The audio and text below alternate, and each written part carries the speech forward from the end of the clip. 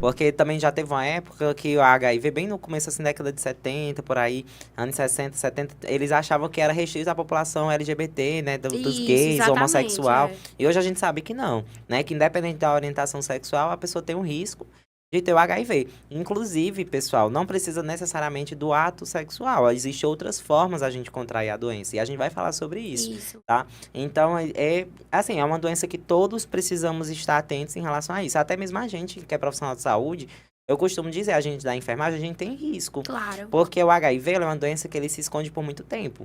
A pessoa não vai vir com a testa escrita assim, eu sou soro positivo. E também nem precisa. Pra que esse estigma, né? Não precisa disso, tá? É. Só que a gente precisa ter esse cuidado. Da mesma forma, o HIV, a hepatite, não vem escrito na testa, como a gente diz. E aí a gente tem que ter cuidado, porque quando a gente vai fazer medicação, vai fazer ali uso de seringas, de agulha, a gente tem que ter cuidado, né? Então, lembra da biossegurança, né? Das luvas, as precauções, pra gente não se furar, Porque a o gente fazer pérfuro, ele acaba testagem. sendo uma das formas de Exatamente. contaminação, né? Mas, Exatamente. enfim, né, gente? Então, assim, é por isso que a gente deve enfatizar. Inclusive, eu queria até falar pra vocês que existe uma diferença entre HIV e AIDS. Às vezes as pessoas acham que é tudo a mesma coisa, mas não, tem a diferença, tá? HIV, gente, acaba sendo o vírus, né? Quando a gente fala de HIV, a gente tá falando do vírus HIV. E quando a gente fala de AIDS, a gente fala da doença em si. Então, às vezes, as pessoas, elas podem ter só o HIV e não ter a AIDS, né? Ou seja, as pessoas que fazem uso do tratamento, né? Fazem uso das medicações certinhas, elas estão ali com o vírus. Porém, ela não tá passando essa doença, na verdade, esse HIV para outras pessoas. O vírus para outras pessoas, né? Porque ele está em fase controlada. Então, aí você tira a importância de realmente a pessoa ser diagnosticada de forma precoce e ela manter ali o tratamento para a vida toda, né? Para que ela realmente venha tendo acompanhamento com o médico, né? Para que infectologista, no caso, né? Que é o especialista que a gente chama.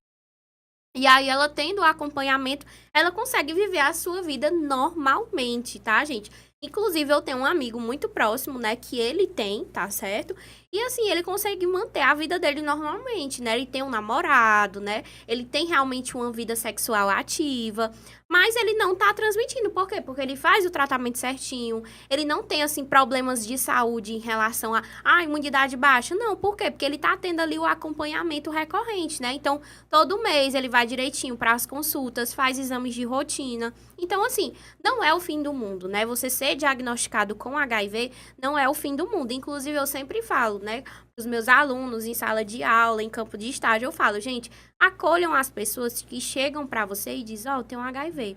Porque, às vezes, gente, a forma com que a gente reage ao diagnóstico, às vezes isso deixa a pessoa muito mal, né? Até porque, por mais que aquela pessoa venha aceitando, porque logo de cara ela não vai aceitar o diagnóstico, mas ao decorrer do tempo ela começa a aceitar de que ela tem aquele vírus. Então, ela vai aceitando e vai, muitas vezes, contando para outras pessoas. Então, elas esperam, naquele momento, um acolhimento.